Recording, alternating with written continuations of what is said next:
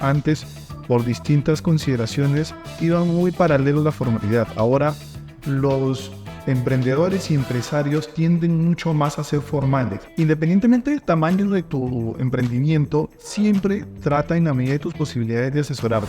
Tú constituyes tu negocio, ya sea como persona natural o como empresa, bien ordenado desde un inicio, tiendes a que las fiscalizaciones, ya sea de SUNAFIL en un ámbito laboral, de la municipalidad en un ámbito administrativo o de SUNAT en un ámbito tributario, se puedan desarrollar de la mejor manera para cada uno de los profesionales, ¿no? Teniendo en cuenta que los restaurantes pues ahora han sido determinados como algunos de los puestos de alto riesgo, entonces tienes que tener siempre una capacidad mayor para poder asegurar a tus trabajadores. Muchos restaurantes los cierran temporalmente porque efectivamente hay una fiscalización.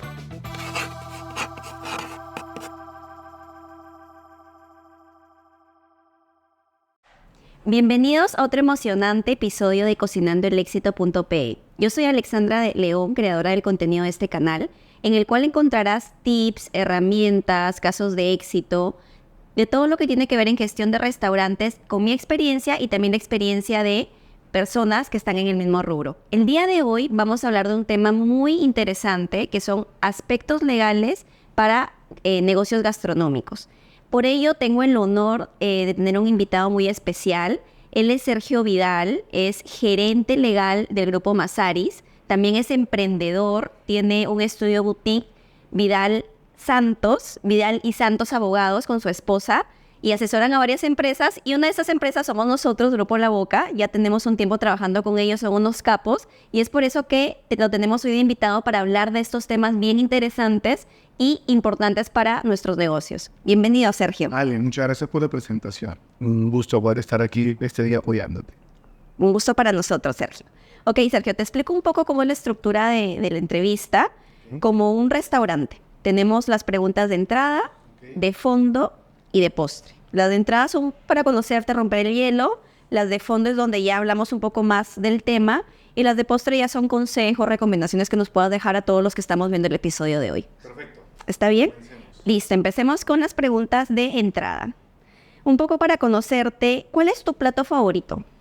Mi plato favorito, bueno, teniendo la cocina peruana una gama muy amplia de platos y todos riquísimos, para mí el plato sencillo pero elegante y que tiene un abanico de sabores es el ceviche, ¿no? El ceviche me parece el plato bandera del Perú y que te permite disfrutar de unos sabores espectaculares, ¿no? Aparte que tenemos en la costa los mejores pescados como el mero o el cabrillón que te permiten desarrollar un ceviche espectacular acompañado de Qué rico. la canchita, la zarandaja, no sé, es espectacular. Yo disfruto mucho con esa experiencia de poder comer un buen plato, ¿no?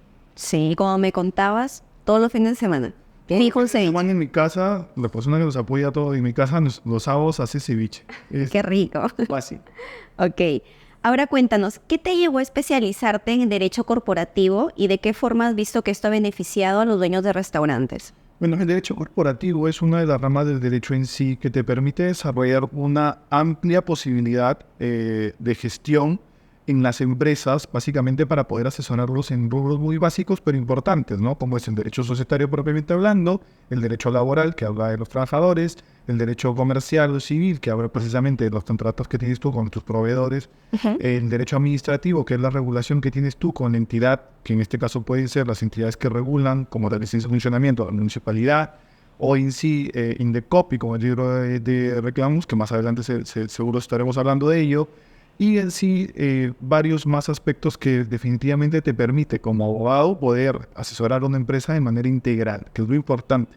Y respecto al rubro de restaurantes en Piura, básicamente, como te decía, desde hace 15 años en adelante nuestro departamento ha generado un boom empresarial, básicamente desde la llegada de los malls y todas las inversiones periféricas que se han dado en las principales provincias, generado que existan muchas más personas en la zona y se abran muchos más negocios, pero con una distinción, que ahora los emprendedores y empresarios tienden mucho más a ser formales. Antes, por distintas consideraciones, iban muy paralelo a la formalidad. Ahora, los profesionales tienden más a formalizarse y a generar su negocio de manera formal, en la legalidad hablando, desde un inicio. Y eso permite que para muchas personas que nos desarrollamos en el ámbito jurídico sea un buen campo de desarrollo.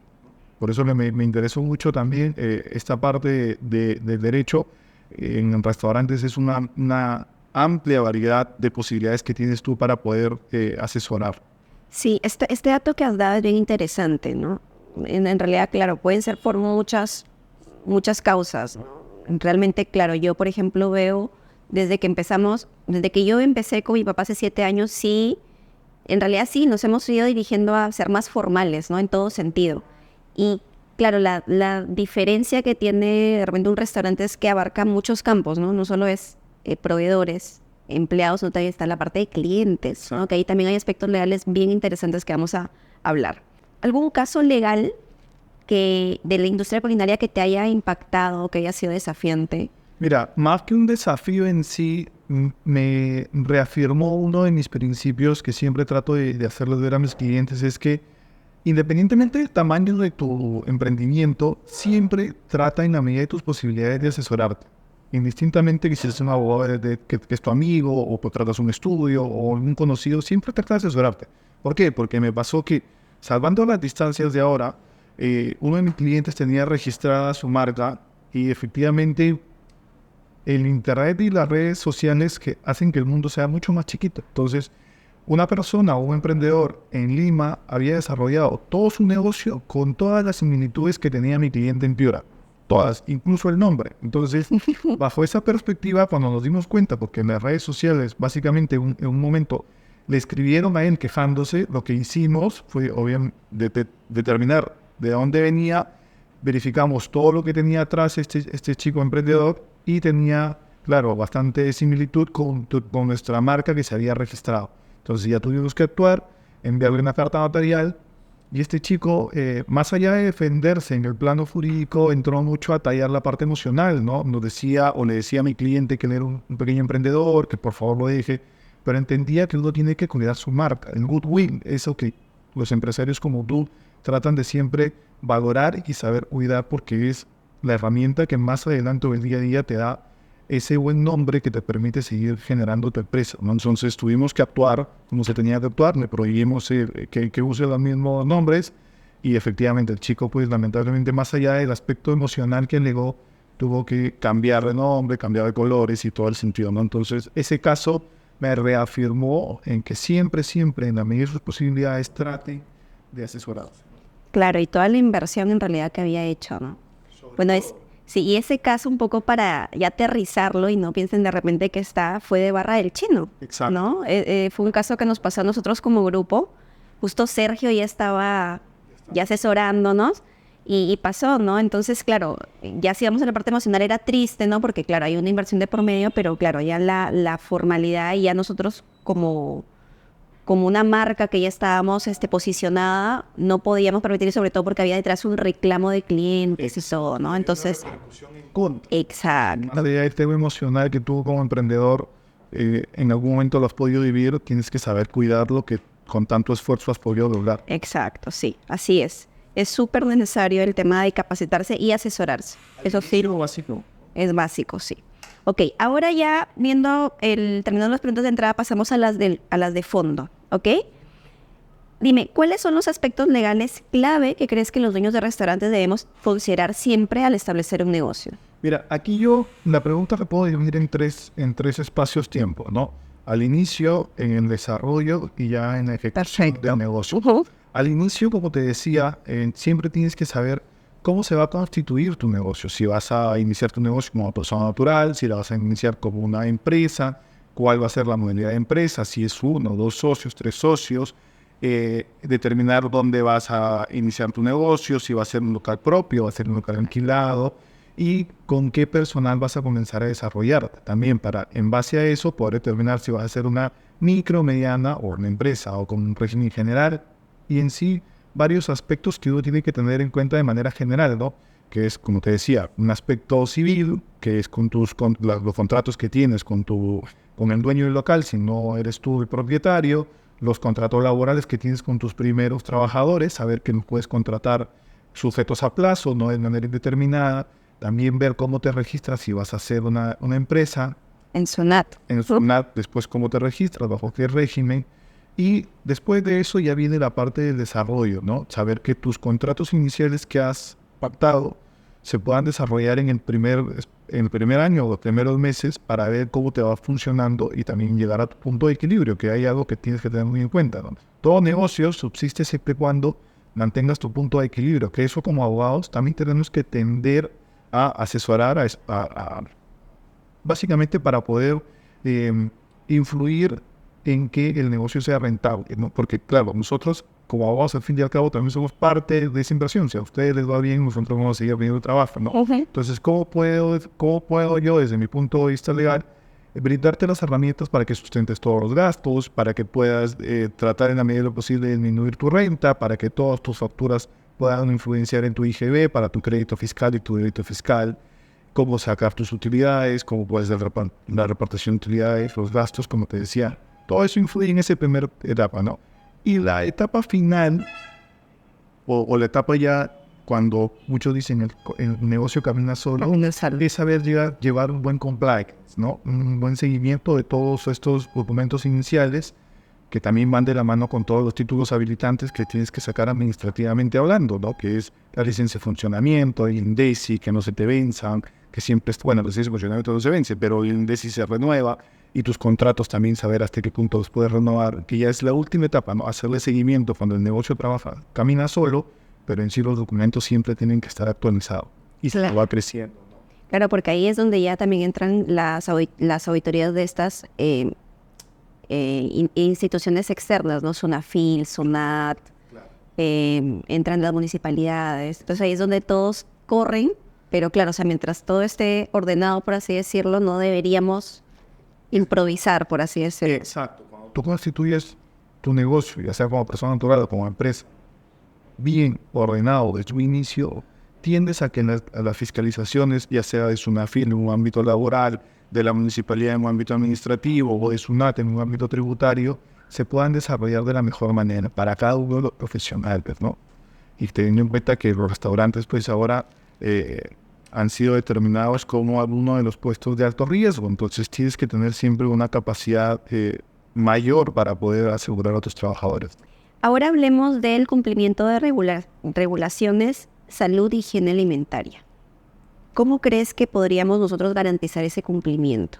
Ahí básicamente es saber distribuir dentro de las funciones de tus trabajadores, tener una persona que tenga que ver con seguridad y salud en el trabajo, con higiene, y tener siempre de la mano todos los requisitos que te pide, en este caso, la municipalidad o el ministerio o la Dirección Regional de Salud para tu restaurante poder funcionar de manera salubre, ¿no? Eso es un tema básicamente de regulación interna que se tiene que tener en cuenta todos los parámetros que te exigen, que son muy detallados. En este momento no los vamos a detallar uno por uno, pero tienes que tener una persona o un grupo de personas que en todo caso siempre te estén evaluando esa salubridad, porque es muy importante. Muchos restaurantes los cierran temporalmente porque efectivamente hay una fiscalización de la municipalidad o de algún ente regulador y encuentran pues lamentablemente las cocinas que no cumplen. Claro, ahí por ejemplo, como para dejar un ejemplo para los que nos están viendo, nosotros sí hacemos auditorías semanales, ¿no? Entra por ejemplo el encargado de cocina, que es el chef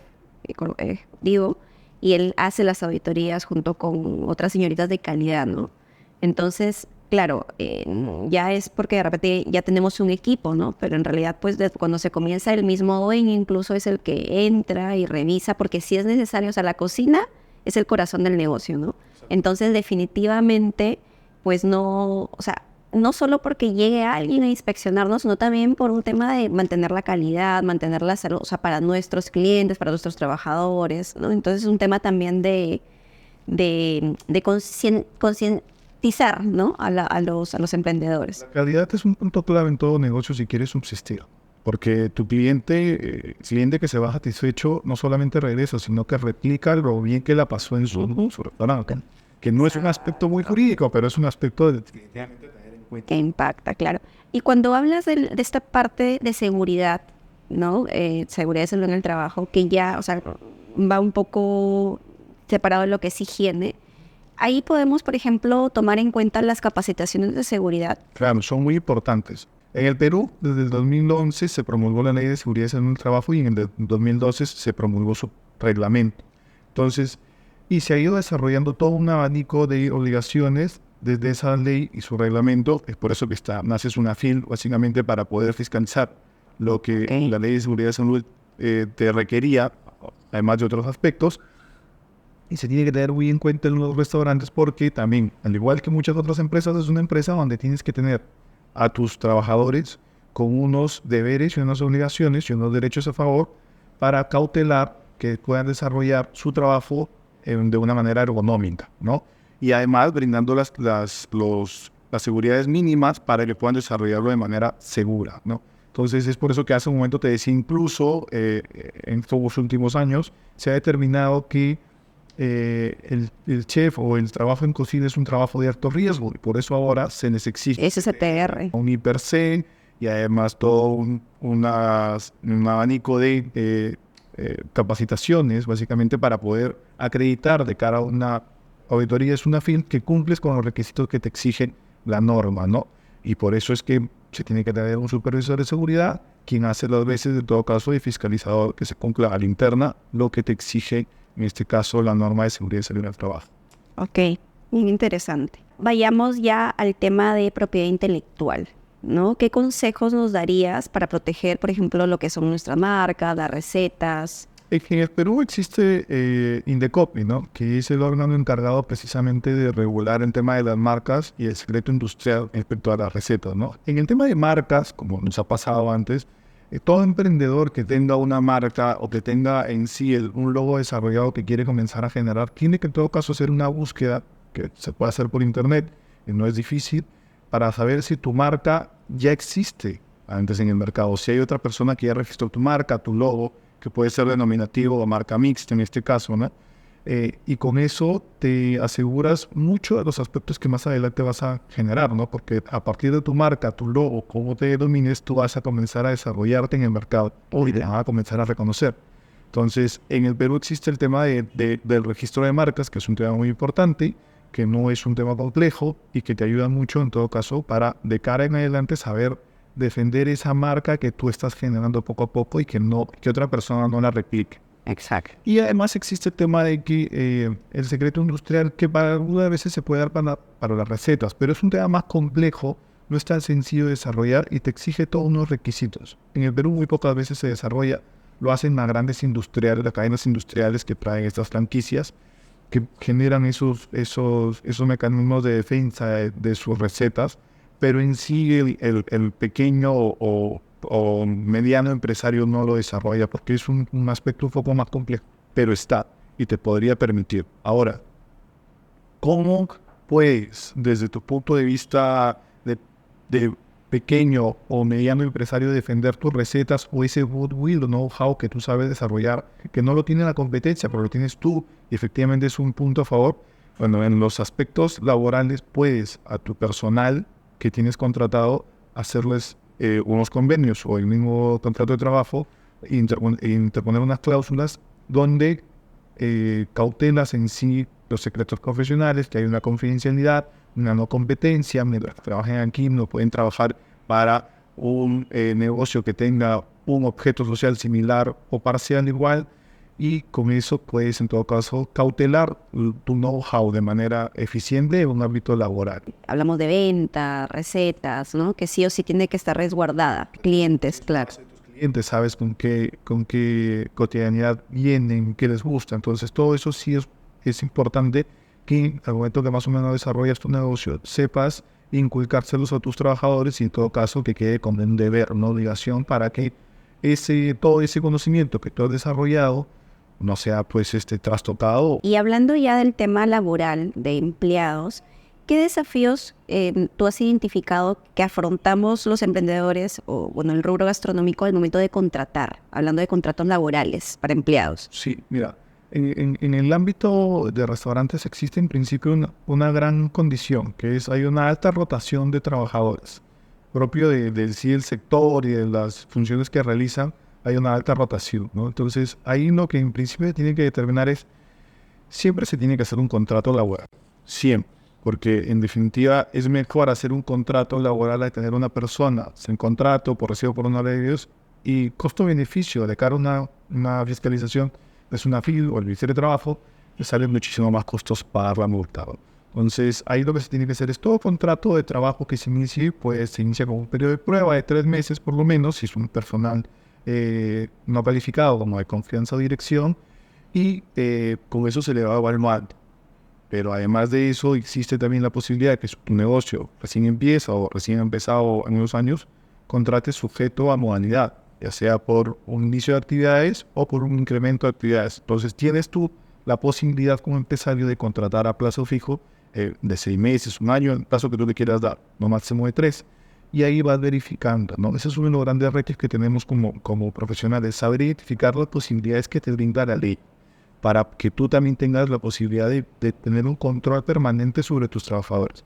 Y además se pueden hacer un reglamento de trabajo, no es necesario tener más de 100 trabajadores para hacerlo, facultativamente lo puedes hacer, y en sí distintas consignas o políticas internas que te permiten, en todo caso, parametrar de la mejor manera el desarrollo de tus trabajadores en tu negocio. Claro, y evaluarlos también, ¿no? O sea, si un trabajador lamentablemente no se acopla, teniendo claro el reglamento interno, la modalidad de contrato, pues se le da un plazo, o sea, se le da un corte, ¿no? Todo trabajador, habiendo iniciado sus funciones en los primeros 3 meses, incluso si no hay contrato, tú le puedes decir, no superaste el periodo de prueba, y si con una carta simplemente le dices, hasta aquí llegó, no es necesario una justificación de fondo, simplemente no superó el periodo de prueba. Esos son los primeros 3 meses, en caso no haya contrato. Cuando hay contrato y la función es de confianza o dirección, incluso se puede alargar.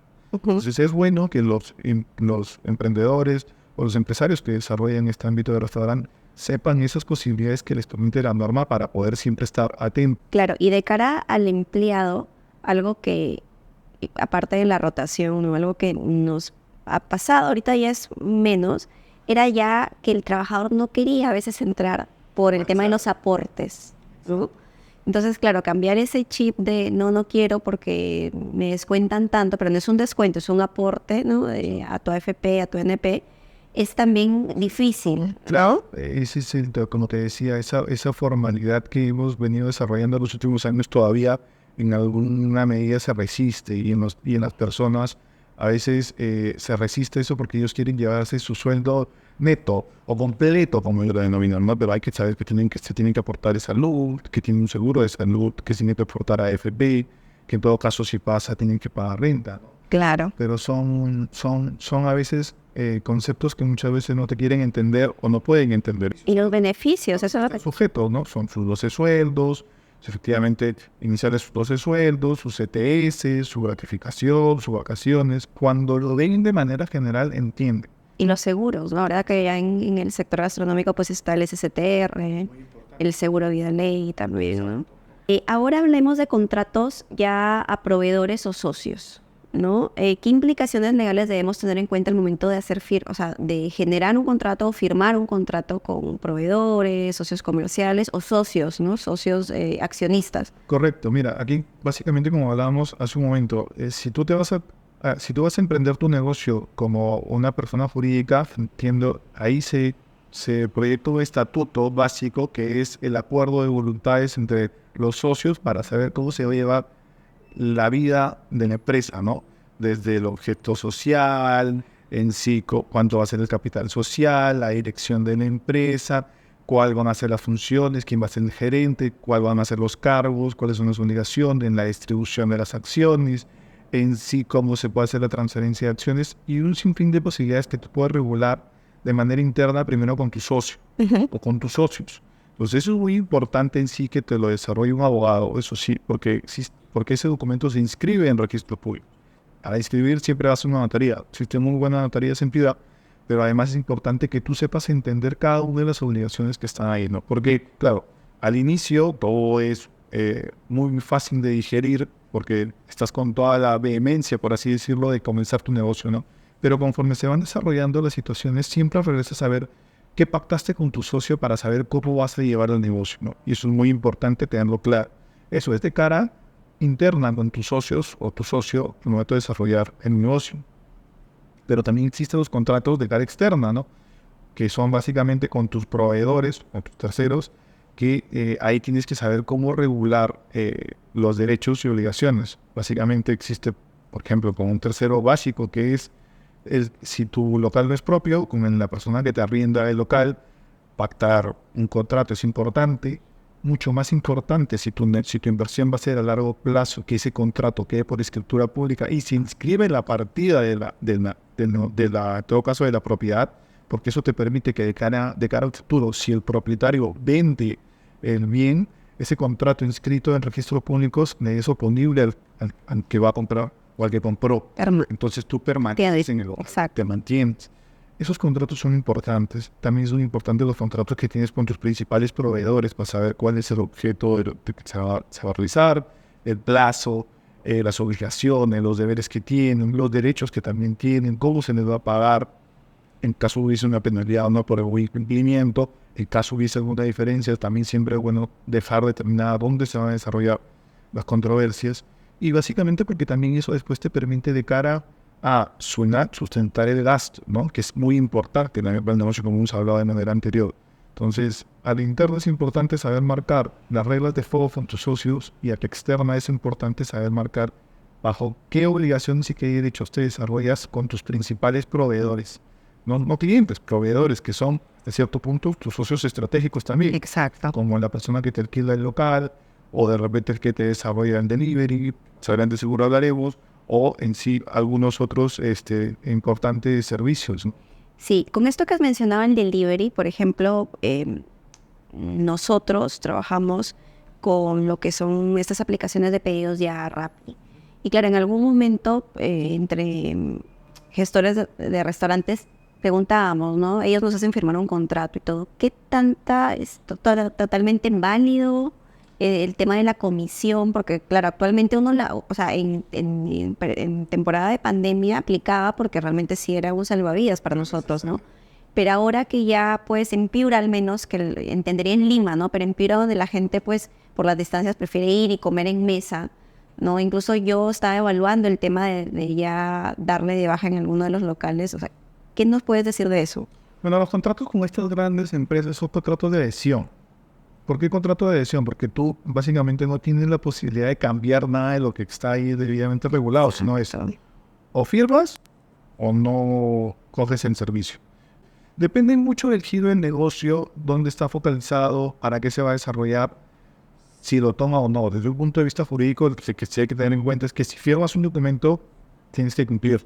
Porque si no, así como las grandes empresas, ellos tienen un seguro, una parte legal que va a hacer cumplir, en todo caso, las cláusulas. ¿no? Entonces es importante que antes de firmar un documento, leas. Y si no lo entiendes, pues recurre a una persona que si tienes un área legal, para eso está, como el caso de nosotros, que siempre revisamos todo, pero si no, siempre recurre donde una persona llegada para que al menos te pueda explicar lo que te exige cada una de las cláusulas que determinan en nuestro contrato. Claro, no podemos firmar ningún documento a ciegas. No. Definitivamente. Ok. Bueno, ya hemos terminado las preguntas de fondo, pasamos ya a las preguntas de postre. ¿Cuál ha sido el caso más interesante o desafiante en tu carrera de abogado? En cuanto a gastronómico, ¿no? Sí. No tengo un caso específico, pero sí tengo una época específica, que fue pandemia. O sea, desde el 15 de marzo del 2020, en sus años, literalmente la vida cambió, ¿no? Yo como cuando hablo con algunos amigos de este tema, al menos yo, bueno, no es que sea un asiduo concurrente al cine, pero no me acuerdo de una película taquillera que haya visionado que el mundo lo cierren de un día a otro por un virus, ¿no? Siempre hay un tema de zombies o cosas así detenidas, ¿no? Y eso básicamente lo traigo a colación porque un profesor de Derecho me decía siempre, la realidad supera la ficción. Y en este caso, la ficción ni lo vio. Entonces, partiendo de ahí, los manuales de Derecho más se habían puesto en un supuesto igual, ¿no? Nos cambió totalmente la vida para los empresarios del sector gastronómico, como para muchos otros. Fue literalmente un nuevo comenzar, porque tuvieron que cerrar muchos meses, no podían operar, y ahí sí, literalmente tuviste que revisar todos los documentos que tenías al inicio, ¿no? Por eso es importante tener todo ordenado, porque regresas a ver primero a tu socio estratégico del local, si lo alquilabas, si pagabas o no podías seguir pagando. Pero claro, el alquiler se paga de lo que genera el negocio, eso es algo básico. Y pasando después a ver el tema con tus trabajadores, no podías trabajar, ¿cómo hacías con ellos? ¿No? Y ya después se comenzó a regular día a día qué más o menos iba haciendo con los trabajadores. Se empezó a mantener una restitución perfecta de labores después, pero además con tus proveedores, cómo funcionabas, si tenías préstamos con los bancos, cómo se podía hacer, cómo podías en todo caso ver con la SUNAT, que también, gracias a Dios, suspendieron plazos de pago, pero era todo un abanico de obligaciones que tenías que seguir marcando a ver cómo las cumplías, o si se cumplían, o si se podían suspender en algún momento, ¿no? Entonces la pandemia para los empresarios literalmente fue una maestría express. Entonces ahí fue muy importante en los negocios ordenados. Se vio la diferencia cualitativa que podías hacer con los negocios que se llevan de manera más empírica, ¿no? Porque tenías una capacidad de negociación, partías de una base, de un documento, de un contrato, partías de unos contratos laborales con tu personal, ¿no? Entonces la pandemia para mí fue una maestría express, ¿no? Que me permitió ver desde casa, como todos, las necesidades que se generaban en cada sector. Y en el sector gastronómico nos perjudicó bastante. Sí, definitivamente yo decía, tenemos que ponernos creativos para ver cómo funcionamos, ¿no? Claro. En uno de los locales nos volvemos un mini market, ¿no? En los otros, pues era delivery, todos los mozos como delivery. O sea, en realidad creo que no solo nosotros, sino muchos, o sea, trataron de idear, tenían que innovar cosas nuevas porque tenemos que sobrevivir. Esa es la palabra, ¿no? Tenías que amoldarte a la realidad que estaba viviendo en ese momento. Después de todos los temas que hemos hablado, tú como experto en esta área, ¿qué recomendaciones generales nos puedes dar a los dueños de restaurantes para mantenernos frente a estas leyes y regulaciones que, pues, entran en tendencia, ¿no? A veces cambian? Yo sí recomiendo que dependiendo del tamaño de tu empresa tengas un servicio legal. Tengas una persona o un grupo de personas o una empresa que te pueda asesorar de manera permanente en todos los aspectos legales de tu empresa. Lo pueden hacer con una asesoría integral. Si en caso tu negocio es un poco más pequeño, lo que yo siempre recomiendo es que tengas una persona, un allegado, un amigo, un familiar cercano, que le puedas decir, mira, básicamente no tengo ahorita todos los recursos, pero sí, en la medida de las posibilidades de ambos, si hay algún cambio respecto al sector, infórmame y puedas llegar a algún entendimiento para siempre estar al día en los requerimientos de tu negocio. Eso es importante. Siempre tener a una persona, si puedes contratar los servicios, los contratas, y si no, siempre tener una persona allegada que te pueda instruir. Y ya hablando de herramientas o recursos que a nosotros nos puedan servir de manera legal, ¿cuáles consideras necesarias a tener en cuenta, ¿no? Por ejemplo, no sé, se me viene a la mente el registro de marca, ¿no? Luego también de lo que hablamos de libres reclamaciones. Es importante que tengas tu registro de marca, la marca de tu restaurante o de tu negocio esté patentada, esté registrada, que tus títulos habilitantes estén debidamente obtenidos, que no su funcionamiento, que tu libro de reclamaciones esté siempre a la vista, porque siempre va a existir, como en todos lados, personas que no estén de acuerdo en lo que ha pasado o que tengan algún reclamo en aquello. Entonces, siempre es mejor brindar tu libro de reclamaciones para que la persona pueda ahí escribir lo que no le gustó en el servicio o en el producto, si es un reclamo o una queja, y tú tengas la posibilidad después de absorber. Es mejor siempre tener un libro de reclamaciones a no tenerlo. El solo hecho de tenerlo es una infracción. Exacto. Y tener también a tu personal debidamente capacitado para poder afrontar estas situaciones, ¿no? Pues claro, ahí el abogado no va a estar porque es un tema de toda la ejecución del negocio que es minuto a minuto, ¿no? Sí, es súper importante, es algo que nosotros hasta creo que hace poco le teníamos miedo. Los chicos, los encargados de acá de los restaurantes le tenían terror, ¿no? Pero ahora, claro, ya después de una capacitación, ¿no? Le decimos, esa es una herramienta, ¿no? Porque tú la tienes ahí y van, o sea, el servicio en restaurante o servicios en general no son perfectos, ¿no? Siempre pueden haber incidencias. Entonces, esto te ayuda a que el cliente se sienta tranquilo de colocar su reclamo y que tú tengas una forma de cómo respondes a ese reclamo, ¿no? Porque ahí se ponen como que los descargos de ambas partes, ¿no? Exacto, y como empresa tú tienes la posibilidad de responder dentro de un plazo el reclamo que te han puesto, ¿no?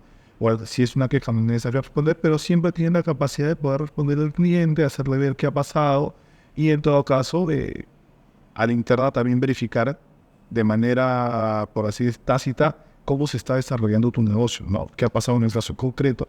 Muchas veces, en verdad, puede ser temas netamente subjetivos y que el cliente literalmente vino un mal día y te das cuenta y te respondes y seguro más adelante vendrá de otra mejor manera.